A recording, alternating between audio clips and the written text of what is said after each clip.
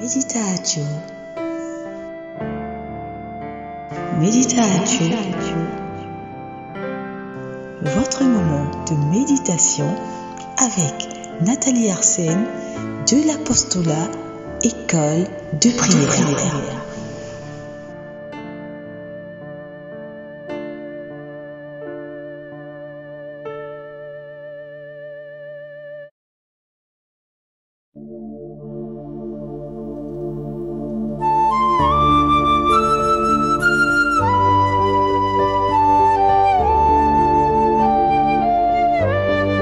Viens, Esprit Créateur, visite l'âme de tes fidèles, emplis de la grâce d'en haut les cœurs que tu as créés. Toi qu'on nomme le Consolateur, le don du Dieu très haut, la source vivante, le feu, la charité, l'onction spirituelle. Tu es l'Esprit aux 7 dons, le doigt de la main du Père, son authentique promesse. Celui qui enrichit toute prière. Fais briller en nous ta lumière. Répands l'amour dans nos cœurs. Soutiens la faiblesse de nos corps par ton éternelle vigueur. Repousse au loin l'ennemi. Donne-nous la paix qui dure. Que sous ta prévenante conduite, nous évitions tout mal et toute erreur. Fais-nous connaître le Père, révèle-nous le Fils, et toi, leur commun esprit. Fais-nous toujours croire en toi. Amen. Au nom du Père et du Fils et du Saint-Esprit. Amen. De l'Évangile de Matthieu, chapitre 5, versets 1 à 12. Quand Jésus vit ces foules, il monta sur une montagne et s'assit.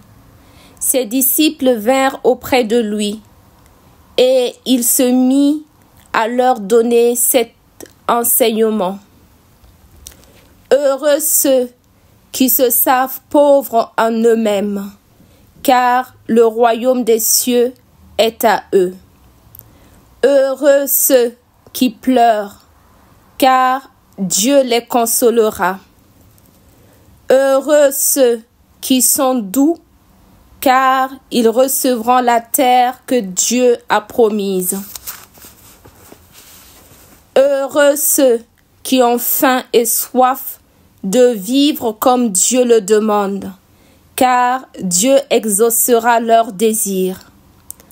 Heureux ceux qui ont de la compassion pour autrui, car Dieu aura de la compassion pour eux. Heureux ceux qui ont le cœur pur, car ils verront Dieu. Heureux ceux qui créent la paix autour d'eux, car Dieu les appellera ses fils. Heureux ceux qu'on persécute parce qu'ils agissent comme Dieu le demande, car le royaume des cieux est à eux. Heureux êtes-vous si les hommes vous insultent, vous persécutent et disent faussement toutes sortes de mal contre vous, parce que vous croyez en moi. Réjouissez-vous, soyez heureux, car une grande récompense vous attend dans les cieux. C'est ainsi, en effet, qu'on a persécuté les prophètes qui ont vécu avant vous. Amen. Amen. Bonjour frères et sœurs en Christ. Je suis chargée aujourd'hui de nous entretenir sur la 8e béatitude proclamée par notre Seigneur sur la montagne. Je reprends. Heureux ceux qui ont le cœur pur, car ils verront Dieu. Il s'agira surtout d'une causerie, un échange, un petit partage en toute simplicité. Et chacune pourra éventuellement apporter sa pierre à l'édifice. C'est toujours ensemble que nous avons la force d'avancer dans l'Église. Dans le passage de l'Évangile que nous venons d'entendre, donné par saint Matthieu, au début de son Évangile, le premier grand discours de Jésus, nous allons ensemble nous plonger dans la 8e béatitude que le Seigneur nous donne de vivre. Heureux les cœurs purs, car ils verront Dieu. Je vais vous partager ma réflexion lors de cette méditation en 2 points. Ce qu'est la pureté dans la parole de Dieu. La pureté selon Dieu. Qu'est-ce que c'est?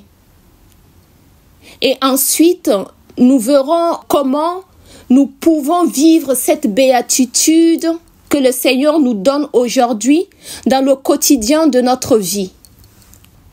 Frères et sœurs en Christ, nous constatons ici que Jésus met en lien la pureté et la vision de Dieu. Voir Dieu, frères et sœurs, c'est le désir le plus cher de l'homme, de tout homme de tous les temps. Tout le monde désire voir Dieu. Et même ceux qui ne croient pas en Dieu disent qu'ils aimeraient voir si Dieu existe. Sans le savoir, ils désirent voir Dieu. Mais Jésus nous dit ici que la vision de Dieu est conditionnée par la pureté de notre cœur. On a juste envie de dire, mais Jésus, qui est pur sur cette terre? Toi-même, tu sais, tu as fait ce grand chemin du ciel à la terre pour nous sortir de notre boue, pour nous élever, pour nous relever. Mais Jésus parle de cœur pur. Ceux qui ont le cœur pur pourront voir Dieu. Ah, Seigneur. Nous allons poursuivre notre réflexion en prenant un petit passage de la première lettre de Saint Jean. Voilà ce que Jean dit dans sa première lettre au chapitre 3. Bien-aimés, dès maintenant nous sommes enfants de Dieu, mais ce que nous serons n'a pas encore été manifesté. Nous le savons. Quand cela sera manifesté, nous lui serons semblables parce que nous le verrons tel qu'il est. Et il continue en disant, et quiconque met en lui une telle espérance se rend pur comme lui-même est pur. Et oui, frères et sœurs bien-aimés du Seigneur, Saint Jean nous dit clairement que qui met son espérance en Dieu lui sera semblable, que nous le verrons tel qu'il est. Alors, pour voir Dieu tel qu'il est, c'est-à-dire un Dieu infini, le Dieu de l'infini, Saint Jean insiste sur la pureté de cœur. C'est vrai, c'est un travail de longue haleine, c'est un travail de tous les jours. Pour aller encore plus loin, il me semble important d'essayer de comprendre ce que c'est que l'impureté aux yeux de Dieu. Car si on ne comprend pas la notion d'impureté aux yeux de Dieu, on se trompera aussi sur la notion de pureté. Dans la Bible, mes frères bien-aimés du Christ, il y a une pureté selon les pharisiens. Elle consiste à un comportement parfait, une façon de savoir vivre extérieure, par la loi donnée par Moïse. Mais Jésus d'ailleurs les a interpellés à ce sujet, en les invitant à aller plus en profondeur. Comme il l'a si bien dit, il n'est pas venu abolir mais accomplir la loi. Le Seigneur insiste à les appeler à rentrer dans cet accomplissement, cette profondeur que nous allons creuser en présence de Dieu. Jésus n'a pas arrêté d'interpeller ses contemporains à revenir dans cette intimité intérieure. Mais quand Jésus nous parle de la pureté, il ajoute « Mais vous êtes purs ». Vous conviendrez avec moi que c'est le Bings total. Oh Jésus, toi, le créateur du ciel et de la terre, toi qui régis tout l'univers, toi qui sondes les cœurs et les reins, ne sais-tu pas que, Pierre, le futur pape, il va te trahir, il va te régner dans peu de temps? Ne sais-tu pas que tous les disciples qui sont autour de toi, ils vont te fuir? Jésus dit qu'ils sont purs. Pourquoi Jésus dit cela? Pourquoi, frères et sœurs, Jésus dit cela en voyant très bien que ses disciples sont mous? Mais pourquoi Jésus dit qu'ils sont purs? Pourquoi? Il me semble que là, Jésus nous révèle quelque chose de grand. Jésus nous dit ici que la pureté n'est pas dans la perfection absolue. Non, c'est pas cela la pureté selon Jésus. Notre Seigneur nous pointe du doigt la pureté que rêvaient ses disciples. Il s'agit de la pureté d'intention. Oui, la pureté d'intention. Et le Seigneur, quand il voit une âme qui rêvait cette pureté, le Seigneur dit: tu es pur, mon frère, tu es pur, ma sœur, parce qu'au plus profond de ton être, tu ne désires que le bien, tu ne désires qu'accomplir du bien, tu ne désires que vivre dans le bien, tu ne désires que tout soit bien autour de toi. Cette pureté d'intention, pour Jésus, c'est la pureté de cœur pour l'homme. Parce que ça nous est donné, c'est inscrit dans nos profondeurs, c'est inscrit en nous. Mais cette pureté d'intention est souvent ballottée par nos faiblesses, nos limites, nos incapacités, et j'en passe. Il y en a tellement. Mais le Seigneur ne se décourage pas. Le Seigneur a tout prévu. Il fait tout bien et tout parfait. C'est vraiment notre Dieu, quoi. Vraiment, c'est vraiment notre Dieu. Il ne nous laisse pas seuls. Il va nous envoyer le Saint-Esprit. Tout ce qu'il faut pour l'homme, pour l'amener à cette pureté de cœur, à cette contemplation, à cette vision béatifique. Frères et sœurs, Saint Pierre, qui trahira son maître, son intention profonde n'était pas de trahir son Seigneur. Son intention était droite. Il voulait l'aimer, il voulait être fidèle, il voulait le protéger, le défendre même. Mais la faiblesse qui est là, la faiblesse nous guette tous. Qui n'est pas faible, qui n'est pas tombé? Combien de fois on tombe par jour? Combien de fois on doit courir au sacrement de réconciliation pour demeurer en sa présence, frères et sœurs?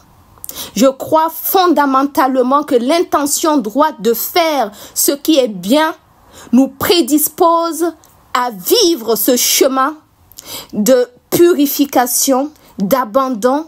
N'est-ce pas voir Dieu si on demeure jour après jour en sa présence? Frères et sœurs, tout nous est donné par les sacrements de l'Église pour nous aider dans notre marche vers cette vision béatifique, pour nous aider à nous laisser émoler, à nous laisser purifier, nettoyer, laver tous les jours pour pouvoir rentrer pleinement dans cette vision.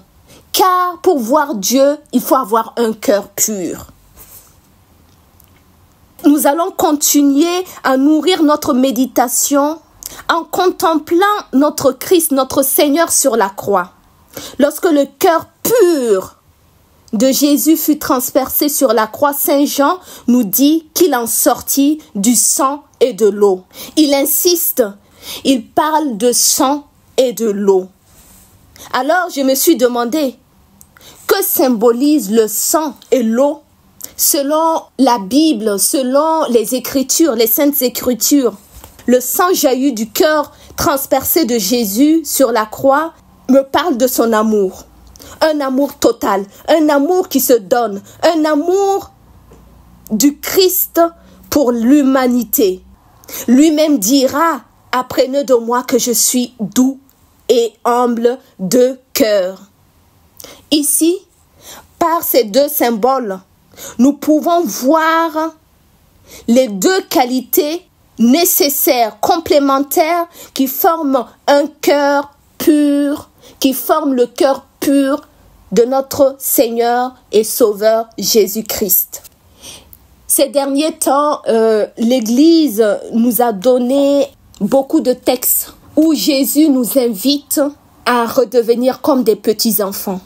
Laissez venir à moi les enfants, car le royaume des cieux appartient à ceux qui les ressemblent.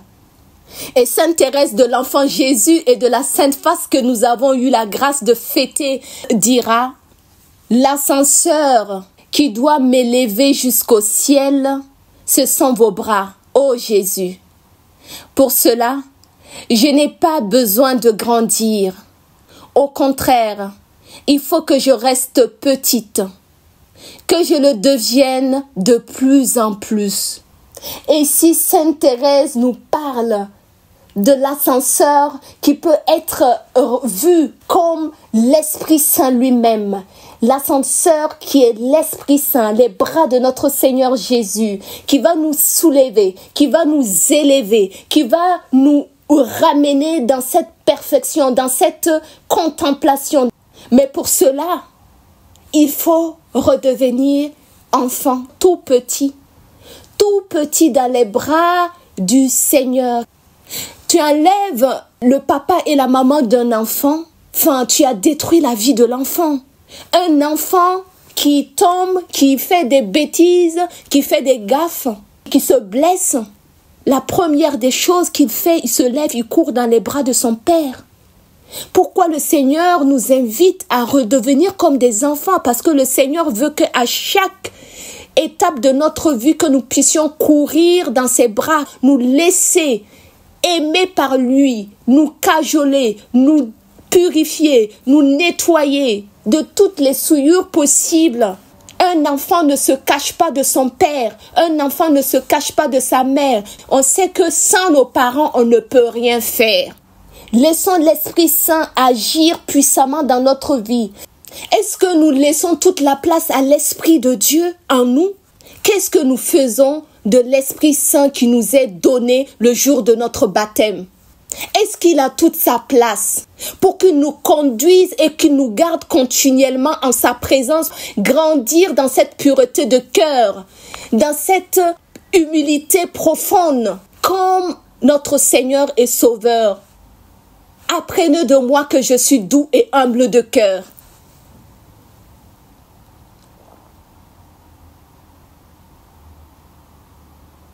Avoir un cœur pur pour voir Dieu est un travail de toute une vie. Mais pour Dieu, rien n'est impossible pour celui qui croit, pour celui qui a confiance, pour celui qui espère en lui, pour celui qui s'abandonne complètement à sa grâce. Par les mains de la très sainte Vierge Marie, son épouse, nous verrons toute la différence. Avec une force unie, la force même de Dieu. Quand on est en présence de Dieu, on n'a plus peur. On a des ailes. Rien ne nous arrête. Rien ne nous arrête. Mais il faut attraper la main de notre mère bien-aimée, la Vierge Marie. Le chapelet aujourd'hui est très très important et primordial. Le chapelet, les sacrements de l'Église, l'Eucharistie. Il faut nous plonger pleinement dedans et nous verrons véritablement Dieu au quotidien de notre vie. Pour terminer, frères et sœurs, j'ai envie de vous partager encore un petit texte qui nous aidera concrètement à vivre cette béatitude au quotidien de notre vie. C'est un texte que moi-même j'ai lu quand j'étais en retraite cet été. Et vraiment, ce passage m'a beaucoup édifié. C'est écrit par Éloi Leclerc, Sagesse d'un pauvre. C'est vraiment un livre qui est facile à lire, mais très, très édifiant. Saint François d'Assise et son frère Léon se sont retirés du monde pour contempler le Seigneur. Ils prennent la route. À un moment donné, ils arrivent dans un passage où il y avait l'eau qui coulait, une rivière. Donc, ils sont obligés de traverser cette rivière. Et frère Léon a été plus rapide que Saint François. Et quand il a fait le passage au bord de cette rivière, il s'est mis à côté, entraîné dans la contemplation de l'eau qui glissait, qui passait, qui ruisselait d'une manière chaste, d'une manière parfaite, d'une manière inouïe tout simplement. Et il est plongé dans cette contemplation. Et son frère François, quand il traverse, il arrive à côté de frère Léon. Il se met à côté, il voit que frère Léon est dans cette contemplation. Et lui aussi, il s'y plonge. À un moment donné, il regarde le visage de frère Léon et il voit que son visage est rempli de tristesse. François va lui dire, « Tu m'as l'air songère. » Frère Léon lui répond, « Ah, si nous pouvions avoir un peu de cette pureté, nous connaîtrons nous aussi la joie folle et débordante de notre sœur l'eau et son élan irrésistible. » Ok, Saint François reçoit cela, fait signe de reprendre le chemin, la route. Et à un moment donné, en cours de route, Saint François se retourne, il regarde son frère et puis il lui dit « Sais-tu frère ce qu'est la pureté du cœur ?» Frère Léon va lui répondre « C'est ne pas avoir de faute à se reprocher. » François reprend « Alors je comprends ta tristesse car on a toujours quelque chose à se reprocher. » Oui, dit Léon. Et cela précisément me fait désespérer d'arriver un jour à la pureté du cœur. Et Saint François va lui donner une leçon majestueuse. Écoutez très bien, frères et sœurs. Vraiment que le Seigneur dispose vos cœurs à accueillir cela. Ah, frère Léon, crois-moi, ne te préoccupe pas tant de la pureté de ton âme. Tourne ton regard vers Dieu. Admire-le. Réjouis-toi de ce qu'il est. Lui, toute sainteté. Rends-lui grâce à cause de lui-même. C'est cela même, petit frère, avoir le cœur pur. Waouh! Il ajoute, et quand tu es ainsi tourné vers Dieu, ne fais surtout aucun retour sur toi-même. Ne te demande pas où tu en es avec Dieu. La tristesse de ne pas être parfait et de se découvrir pécheur est encore un sentiment humain, trop humain. Il faut élever ton regard plus haut, beaucoup plus haut.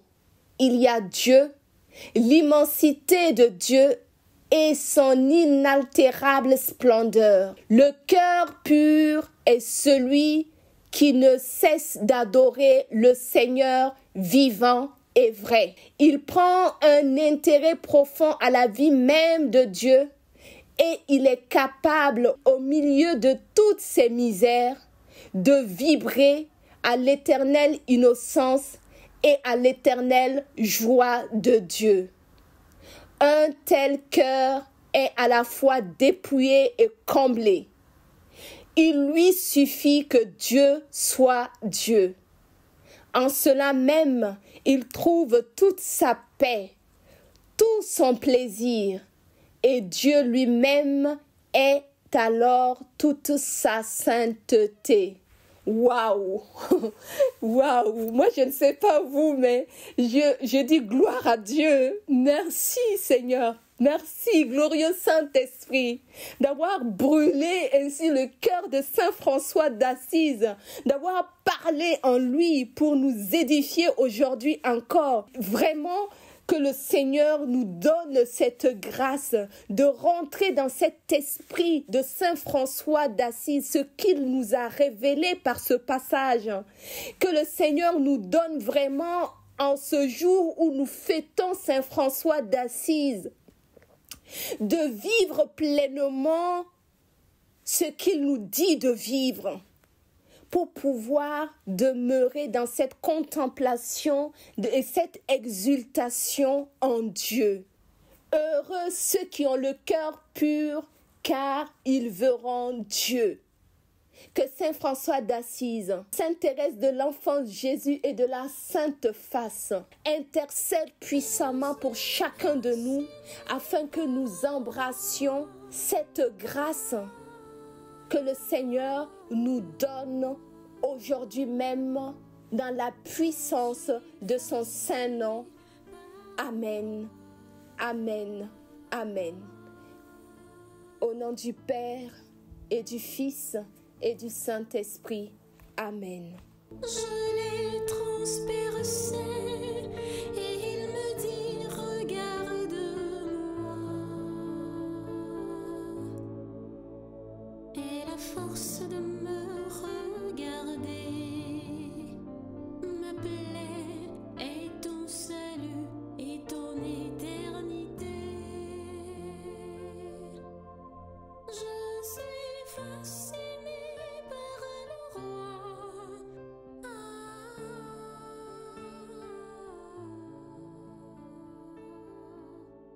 Je suis fascinée par mon roi.